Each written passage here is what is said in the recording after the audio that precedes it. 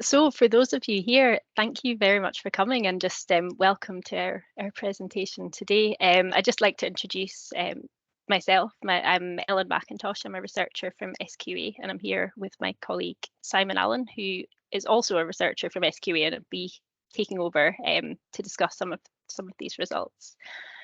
I'll be passing over to Simon, as I say, and then coming back to chair the discussion at the end. And would appreciate it if you could keep your mics muted through the presentation and keep questions or thoughts till the end, and use the Teams hands up function. So just a wee reminder that the session is being recorded, but the discussion won't be. So please do feel free to be open at that point and share your own experiences, because we'd be really interested to hear them. Next slide, please, Simon. So just a quick outline of the presentation before we go into it. First of all, I'll start off with just a bit of introduction to give you a sense of what this is about, which is the 2021 alternative certification model, and particularly our evaluation into that model and what we can see, what we can see more generally, but also what we've done and what the different strands are there. So I'll introduce the wider research project. We'll then move on to some key findings, particularly relating to what learners had to say about the ACM. Though the research we're going to talk about is part of something much wider that includes teacher and lecturer perspectives as well, and those perspectives will be brought in from time to time where it's helpful to get that wider view. And finally, we'll introduce some further research that's happening at the moment, and we'll flag up how you can be involved if you're interested, as well as discussing some conclusions and themes coming out of what we've talked about today. And last but very much not least, because as I say, we'd really like to hear from you, is we'll have a bit of discussion, and we'll try and keep at least 10 to 15 minutes for questions and discussion. So I'd be particularly interested to hear whether the findings we're talking about today chime with your own experiences, as well as obviously raising any questions that you have. So next slide, please, Simon. Nope. And that hasn't gone to the next slide for me. Oh yeah, here we go. Okay, so why evaluate the ACM at all? Well, as you know, it's a very different approach to assessment for Scotland anyway, and an approach that that had to be designed at speed, that was very different for all parts of the system, that placed strain on different parts of the system, and that was involved hugely changing circumstances as we went through it. So we felt it was really important to try and understand what happened in a sufficient amount of detail that this can be learnt from in the future. And I'll kind of come back to that in a minute from the SQA perspective. And importantly, as we know, there's a lot going on in Scottish education at the moment in terms of ongoing debates. And again, being able to learn from what's happened, and even what's happened quite recently, is, I think, really important to that. So it improves their understanding of the national picture. It goes beyond individual perspectives, and again goes beyond this kind of anecdotal narrative. And next slide, please. So just to give you a sense of the evaluation as a whole, what we'll be talking about today, as I say, is just a kind of little slice of this, but it's part of a large project with lots of different strands of research. The whole point of doing all of this together was to develop an understanding of the views of learners and practitioners who had direct experience of the ACM in 2021. So consider it from that perspective and start to build an understanding of how it worked in practice. But as I say, there are lots of parts to this. One of them is particularly looking at learner and practitioner experiences, and that's what we'll be talking about today. There's also a strand, the Perception of Assessment Standards in Scotland project, and that's a collaboration with academics at Glasgow and Oxford. But again, looking at some of these broader questions around standards, fairness, what people want in terms of the future of education. Another report which actually looks at Scotland in context, because I think it's really important to remember that this was essentially a global emergency for education as well as for society. And what did Scotland do and what did other jurisdictions do? And were the results really quite different? Because obviously the input to that was quite different. Various statistical bits and pieces, including the statistics of from 2021 in general and the commentary involved in that, and also looking at that at a centre level. And a paper looking at HNVQ arrangements as well, which is less relevant for this group, but we felt it was really important to include. So this is a bit of a different approach for SQA, and we felt it was important to make it as accessible as possible for anyone in the system to access. So all of these different strands have been published on the SQA website and are available for you or anyone who's interested to read. And I'll put the URL to access this in the Teams chat towards the end of the presentation today. So going on to the next slide, we're thinking about how SQA has used this research, and we did promise to mention some of this. So various different ways, basically. Some of the research, particularly the collaboration with the universities, was ongoing from spring, summer 2021 onwards, and that was with all sorts of different groups across Scottish education. And what that allowed them to do was feedback in real time on things like communications, which could then be improved on an ongoing basis. Contingency planning for 2021 and 22, but also beyond, because even while exams are running, there still needs to be contingency plans running at the same time in case we end up in that situation again. And it's important to learn from, well, what happened when exams were cancelled and what worked and what didn't. And again, as I touched on before, contributing to this national discussion that we're having at the moment around qualifications. We're going to be running slightly behind. I think I do want to leave a bit of time for discussion, so I won't go too much further into this. But I think the main point of all of this is that we do want to share this with the education system as a whole. We want to be part of this debate, and we want you to be part of it as well. So on to the next slide, and I'll be a bit more specific about the research that we're talking about today. So this particular research report is about the experiences of learners and practitioners, and that also includes principal assessors who are also generally senior teachers. So as I say, it's one of the major studies involved in the evaluation, and we've particularly pulled out some of the learner strands from that for today. So the aim of this whole project was really to get under the skin of the ACM. So the colleagues in the National Qualifications 2021 group who designed the ACM system had an understanding of how it came to be and what was expected from it. But what we really wanted to do was turn that on its head and try and understand the actual experience of it from the perspective of the learners and practitioners who went through it from the ground up. So what did the ACM look like for those participating in it? And how did it work in practice, essentially? And how can we learn from that? So the survey we're going to be talking about today was a survey of over 1,200 learners and around 500 teachers and lecturers, all who had done national qualifications in that year, National 5, higher or advanced higher. So we feel the response rate and profile, which was from all local authorities from different centre types, gives a reasonably accurate picture across Scotland. Alongside this, we undertook a series of depth interviews soon after the surveys, and the point of this was to understand specific individual experiences in a great deal of depth and be able to use those to better understand the more general results from the surveys. So on the next slide then, I'm going to begin with some of the more specific findings about how learners were assessed across different centres. And as you'll know, the ACM was designed by the NQ 2021 group, which included SQA, to give much more flexibility and autonomy to local authorities and centres than would usually be the case, especially when it comes to the assessment of National 5, higher and advanced higher.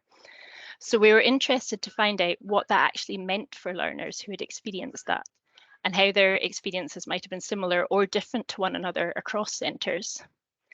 And some of this information comes from our learner survey and interviews, where learners give info on what they actually did, while some comes from the equivalent practitioner research, with teachers and lecturers telling us about what they and their centres put in place for their learners. So given the flexibility of the system in 2021, how were learners actually assessed? 6% of learners reported that they had had on average one assessment per subject, and then after that it was fairly evenly split. So around a third reported having 2 per subject, around a third an average of 3, around a third 4 or more.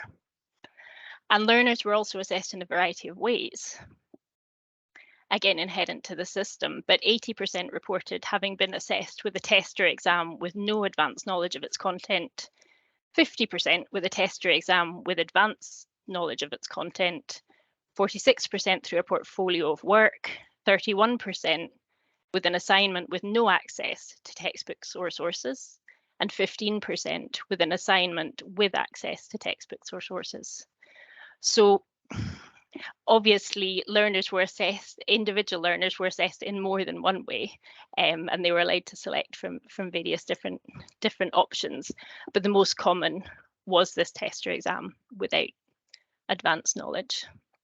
And when practitioners were asked how their assessments had been generated, around 2/3 of respondents said that they had generated evidence through centre adapted SQA assessments.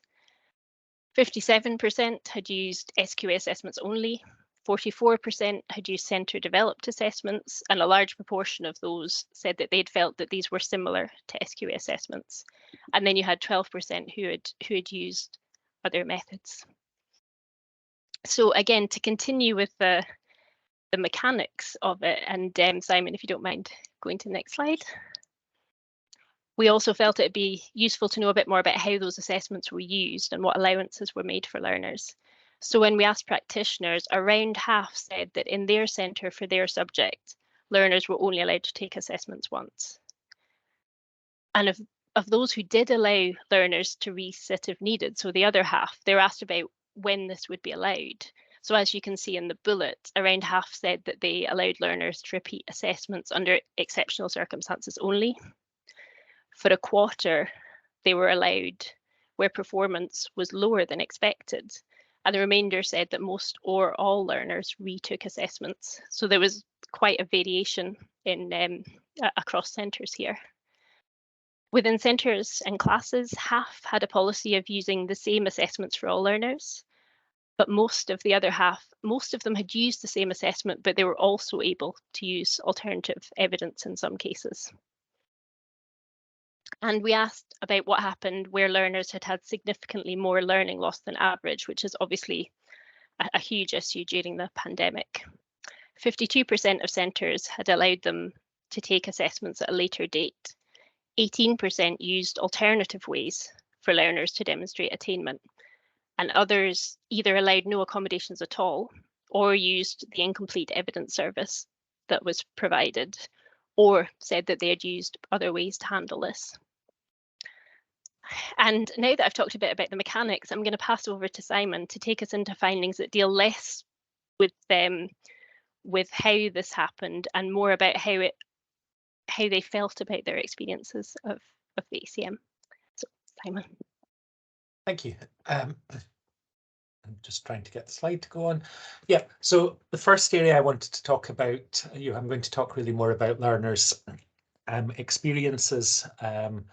And the first area I wanted to talk about was the whole area of workload and stress. And we found in the research that learners did indeed report a high workload, and that was made up of coursework, homework, revision, continuous and end of year assessments. We asked learners to try and compare the levels of stress and the workload levels that they experienced under the ACM with what would have been the case under a normal exam diet. I think it's a tricky thing to get good answers from, because learners are always going to find high stakes assessment to be at least moderately stressful. But when we did this, we found that half of all learners felt that the stress levels they experienced under the ACM were higher than they would be under a normal diet.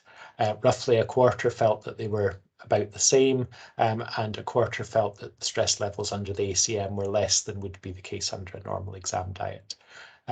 When we asked learners about their workload, the numbers were broadly similar. Around half felt that the workload was higher.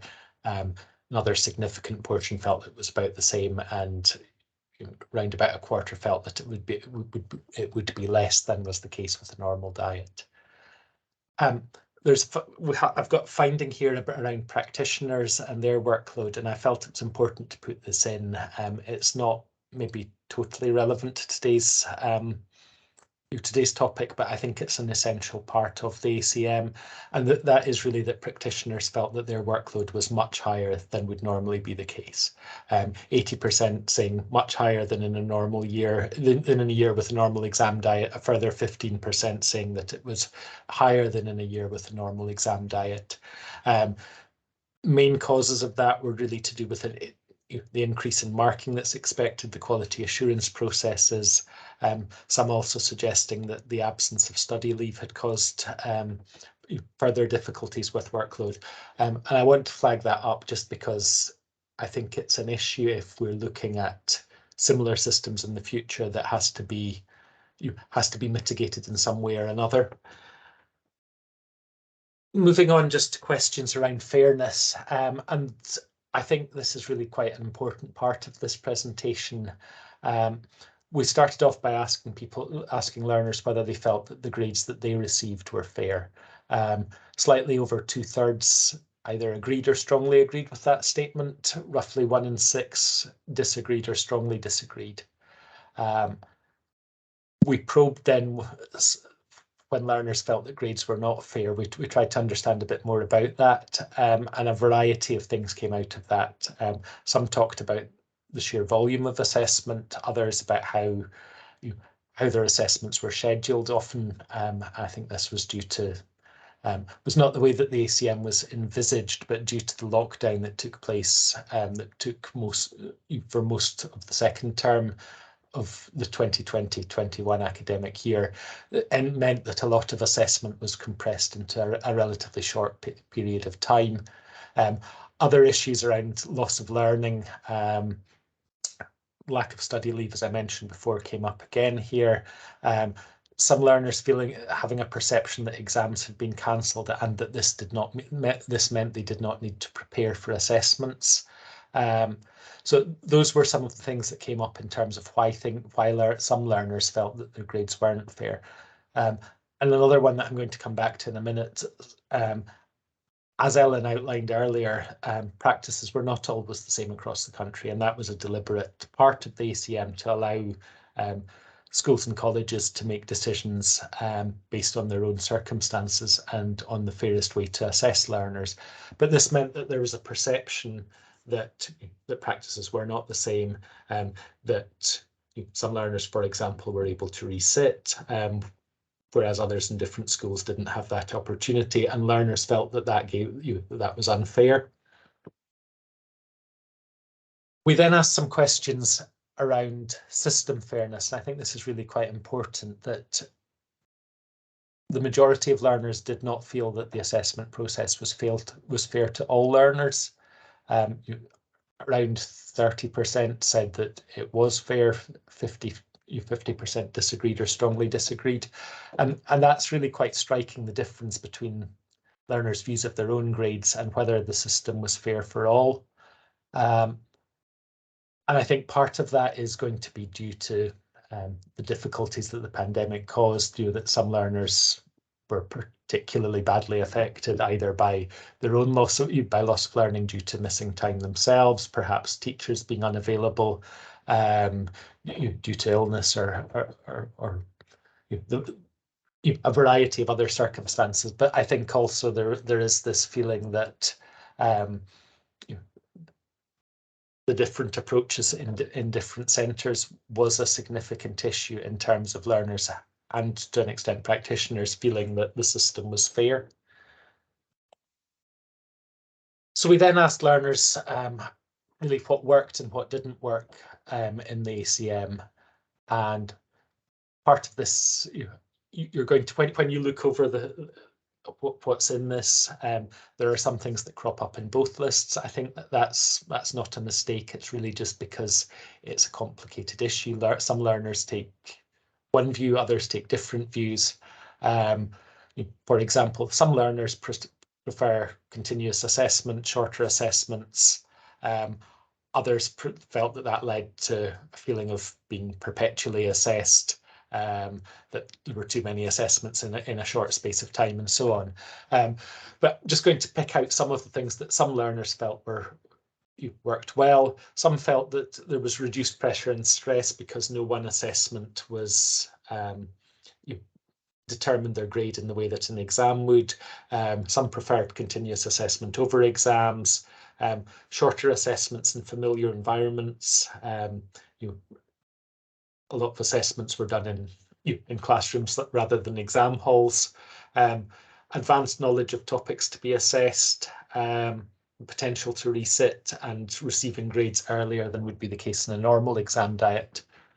On the other hand, what didn't work well, a feeling that was exams in all but name, lack of notification about assessments, over assessments and assessments being compressed into a short period of time, and then a lack of understanding of, I suppose, of the technicalities of the process. I think learners had a solid grasp of, I suppose, of the big picture of how things were going to be assessed. Their school would create assessments, they would do the assessments, those assessments would lead on to their grades, which would go to SQA.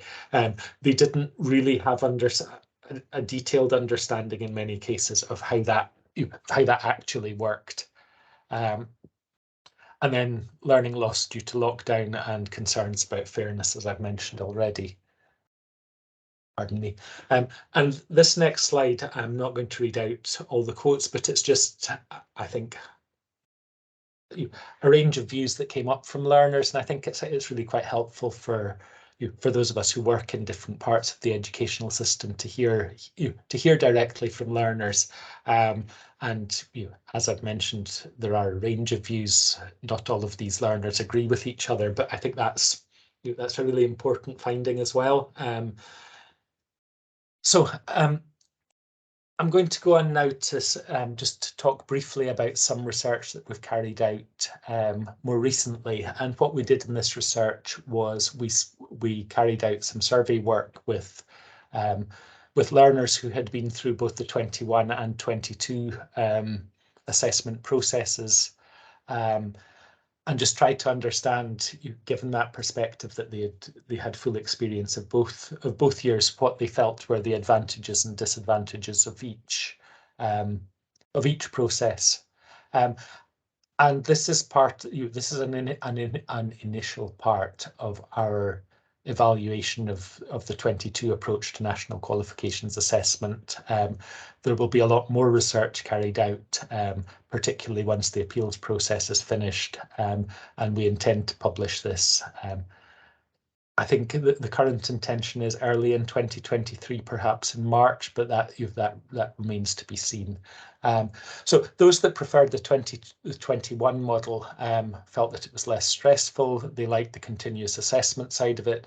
They felt that it gave a better overall reflection of candidates' ability than you would get in a one-off exam. Those that preferred 2022, which was much closer to a normal exam diet, felt that the system was more equitable, and I think that's going back to those concerns about different approaches in different centres. Some of them felt that 21 involved over-assessment.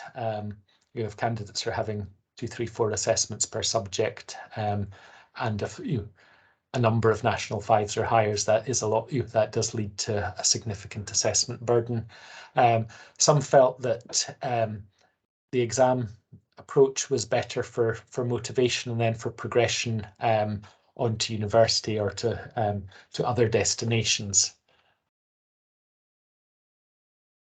We also asked this group some questions around fairness, because I think we feel with the ongoing discussion about reform of qualifications and assessment that understanding what people think is fair is really quite an important part of this. So we asked questions around asking respondents to compare the two processes and see which they thought was fairer. And what we came back with was that a similar proportion, and I think that was around about 3 and 4 in both cases, thought that both processes were fair to them as an individual. When we asked them which process was fairer to learners as a whole, we found that slightly more preferred the 21-22, i.e. exam approach, to the 21 approach, the ACM approach.